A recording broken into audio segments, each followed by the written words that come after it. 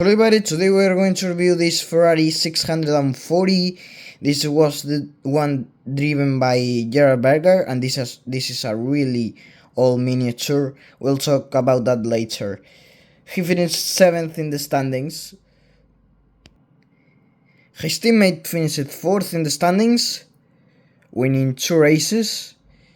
And a fun fact about this car is that all the races that this car finished, it finished on the podium.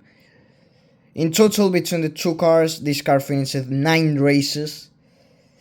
And Gerhard Berger didn't finish any race except the Italian Grand Prix, Portuguese Grand Prix, and Spanish Grand Prix, which were consecutive, which were 3 races in a row. Which is really, really sad because F1 cars in those years were really unreliable, but that much is something that is really, really sad, mostly for a big team like Ferrari. Well, I decided to do a review about this car because this car is so old that literally the decals on the front fell down and I had to do new ones by myself. You can see that these ones are made by me. You can see that they have a red background. And so yeah, I wanted to share this car with the people that watch my videos. But well, let's do a quick review. First, it doesn't have antennas.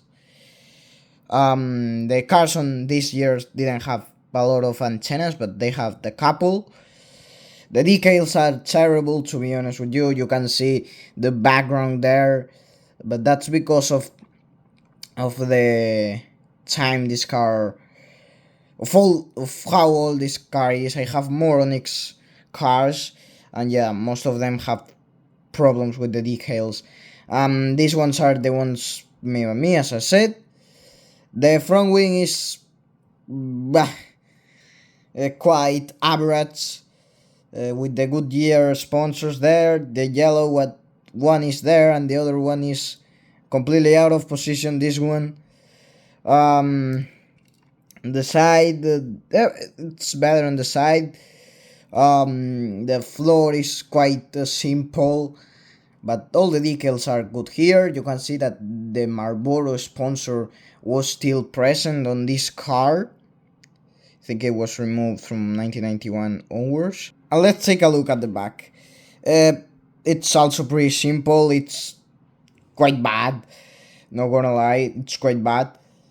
And yeah, the rear wing is a bit like turned, like not in horizontal position, which is really annoying. But well, one positive thing about this car is the helmet, which is really nice. The driver suite is quite bad, but the helmet is really good. The tire detail is really bad. It at least in the like the rim, the tire is quite decent. It looks like if it just finished the race, which is cool in my personal opinion, but the rim is terrible. It looks like a Hot Wheels. Another positive thing about this car are the suspensions. Let me show it to you.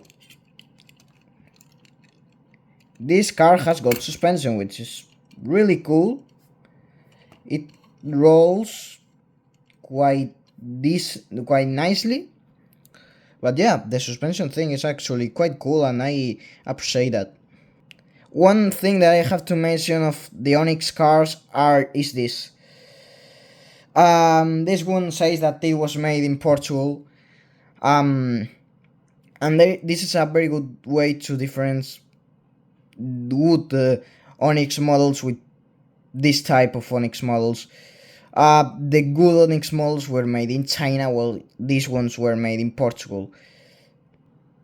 This car used the engine called Ferrari 035 B12, which sounded really nicely. I really love how these cars of this era sounded.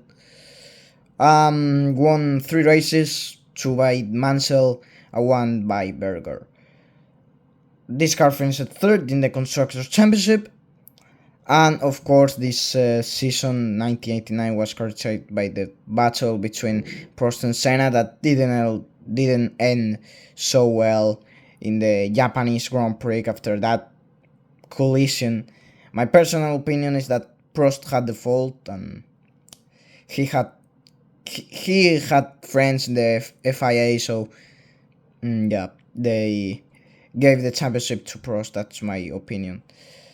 And well, this is all for today. My opinion about this car is that it's quite bad, quite bad. You won't find this car at a very expensive price.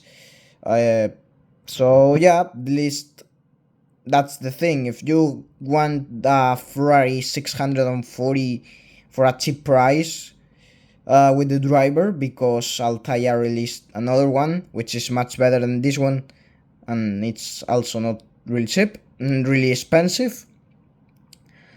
But it doesn't have the driver, so that's a good point for this one. Since I don't have that one, I can't do a comparison, but maybe in the future. See you next time. Bye.